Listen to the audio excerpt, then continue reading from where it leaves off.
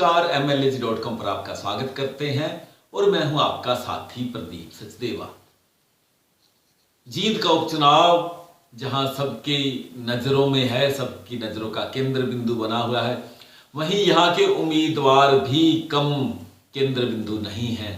हम आज MLAG.com पर लगातार एक सीरीज शुरू कर रहे हैं। अगले दिनों में रोजाना आप देखेंगे एक एक उम्मीदवार पर हम चर्चा करेंगे तरतीब से कि कौन से उम्मीदवार का चयन कैसे हुआ और आज की स्थिति उसकी क्या है, हम आपसे बात करेंगे।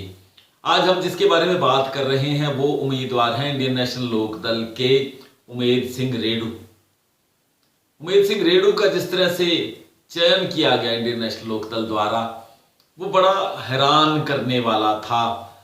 हैरानी इसलिए भी हुई क्योंकि इंडियन नेशनल लोकदल के वरिष्ठ नेता अभय सिंह चौटाला लगातार ये कह रहे थे कि वो ऐसा उम्मीदवार उतारने वाले हैं, और वो ये बात 9 तारीख रात तक कहते रहे कि ऐसा उम्मीदवार उतारने वाले हैं वो कि जो 25,000 वोट अपने साथ लेकर आएगा, अपनी झोली में लेकर आएगा।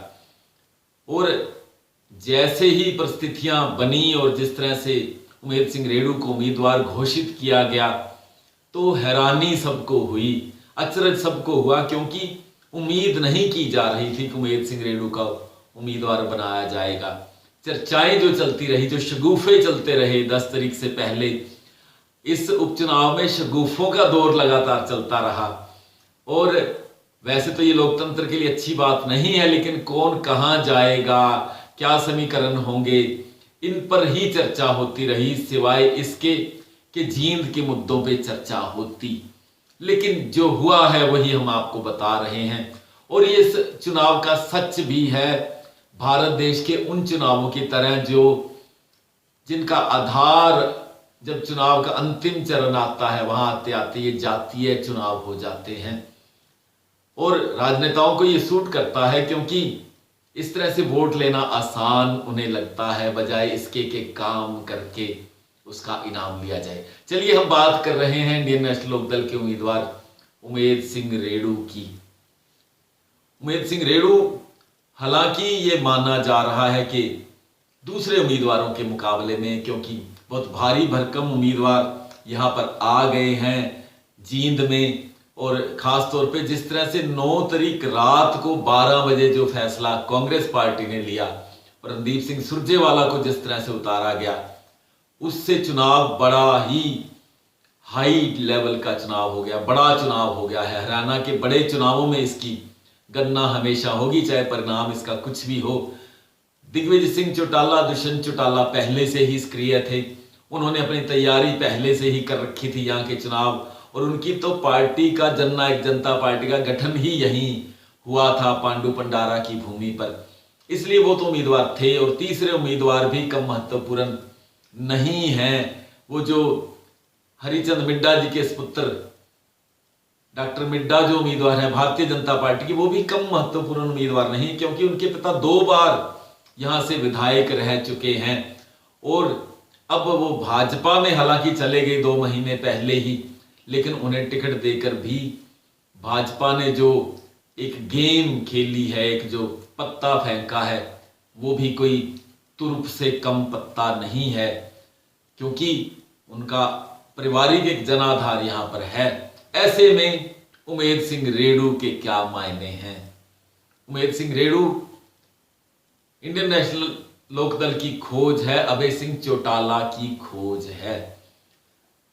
उनकी पृष्ठभूमि के बारे में अगर आपको बताएं, जो जींद से इतर जो लोग रहते हैं, जो हरियाणा के और हिस्सों में लोग रहते हैं, उनके लिए बड़ी रोचक ये बात है कि जो कंडेला खाप जिसका हम बार बार आप जिक्र सुनते हैं, हरियाणा में खापों का जिस तरह से प्रभाव रहता है, चुनावों में भी रहता है, सामाजिक स्तर पर भी रहता है, उस तरह जो कंडेला खाप है वो मुख्यतः रेडू खाप है।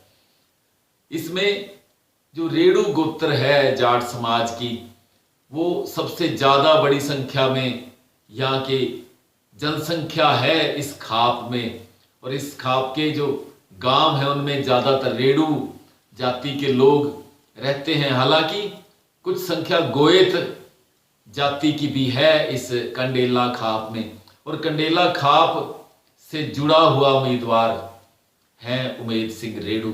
इसीलिए उस पर दाव खेला है अभय सिंह चौटाला ने, क्योंकि कंडेला खाप बहुत चर्चा में रही है। 2001-2 में जो कंडेला में गोली कांड हुआ था, उसको लेकर पूरे देश को पता लगा कि ये कोई कंडेला खाप है इस तरह की।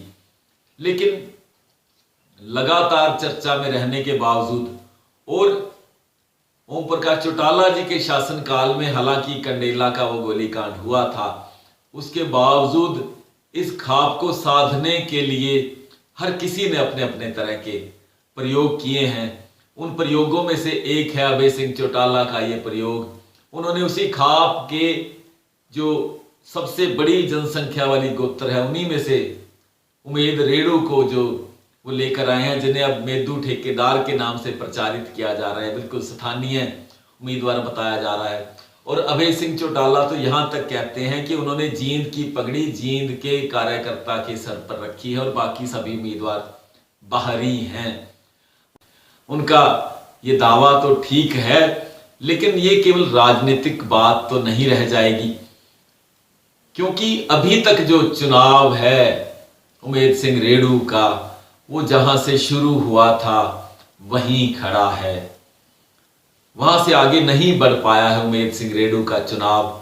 और खाप जिसका हम बता रहे हैं कि राजनीतिक आधार भी है, उस खाप का भी जिस तरह से पहले वहां से जो फैसले लिए जाते थे वो लागू होते थे, खाप का स्वरूप भी उस तरह का नहीं रहा है।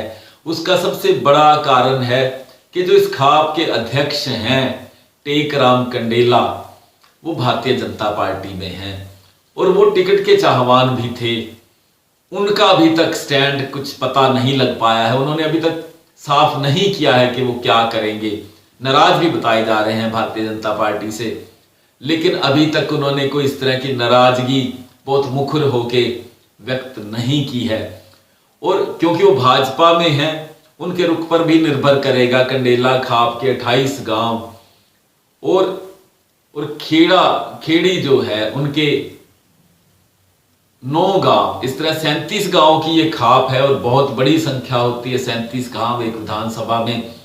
और इतनी बड़ी खाप के उम्मीदवार हैं उमेद सिंह रेडू, इसके बावजूद भी अगर उनका चुनाव नहीं उठा है तो उसका कारण है हाई प्रोफाइल उम्मीदवारों का आ जाना।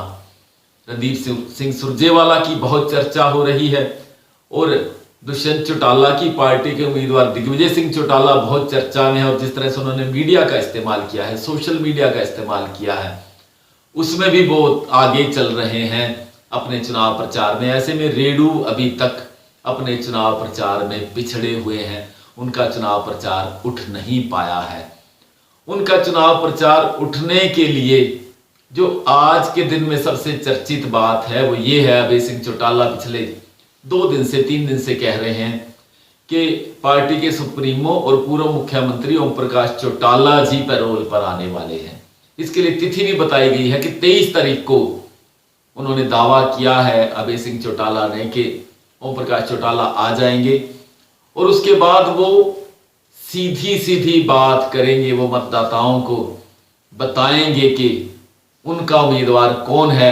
ओम प्रकाश चौटाला ये आरोप लगाते हैं दुष्यंत चौटाला और दिग्विजय सिंह चौटाला पर कि वो अपने दादा ओम प्रकाश चौटाला के नाम का बेजा इस्तेमाल कर रहे हैं, फर्जी तौर पर वो कह रहे हैं कि उनका आशीर्वाद उन्हें मिला हुआ है। अभय सिंह कहते हैं कि इस बात का भी वो जवाब देंगे आके ओम प्रकाश चौटाला। ऐसे में एकमात्र उम्मीदवार जो हैं इंडियन नेशनल लोक दल की ओर से अभय सिंह के कहने के मुताबिक वो उमेद सिंह रेडू हैं और ओम प्रकाश चौटाला आकर उनके चुनाव प्रचार को पहिए लगा सकते हैं, रेडू को रेड़ा लगा सकते हैं। ऐसी संभावना व्यक्त की जा रही है, ऐसी आशा रखती है इंडियन नेशनल लोक दल। ओम प्रकाश चौटाला के आने के बारे में भी बड़ी कंट्रोवर्सी आज लगातार सारा दिन चली। ये कहा गया इंडियन नेशनल लोक दल की ओर से और एक इंटरव्यू में करण चौटाला ने कहा कि दुष्यंत चौटाला और दिग्विजय सिंह चौटाला ने कोई जनहित जो लिटिगेशन डाल दी है कोर्ट में, उस करके ओम प्रकाश चौटाला नहीं आ पा रहे हैं। PIL डाल दी है, उनका ये कहना था कि इसलिए ओम प्रकाश चौटाला जेल से बाहर नहीं आ रहे हैं और एक साजिश करके दिग्विजय सिंह और दुष्यंत चौटाला ओम प्रकाश चौटाला को जेल से बाहर आने से रोक रहे हैं। इसका भी जवाब दुष्यंत चौटाला ने दिया है।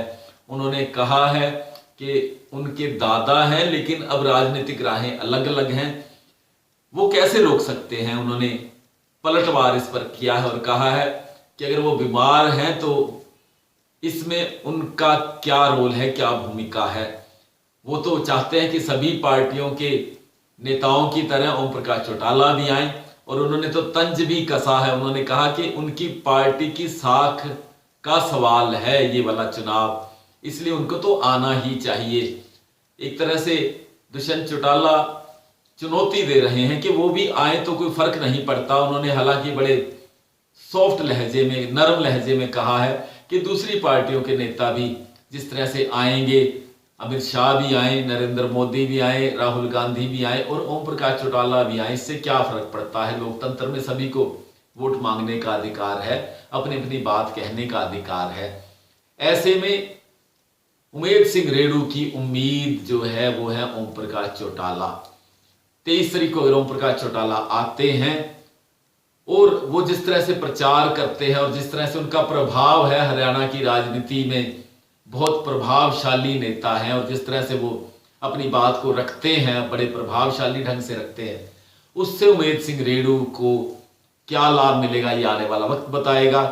और हम भी आपको बताते रहेंगे सभी उम्मीदवारों के बारे में कि कौन कहाँ खड़ा है। उमेद सिंह रेणु की अगर बात करें तो आज के दिन वो जहां खड़े हैं वो चौथा या 5वां नंबर है।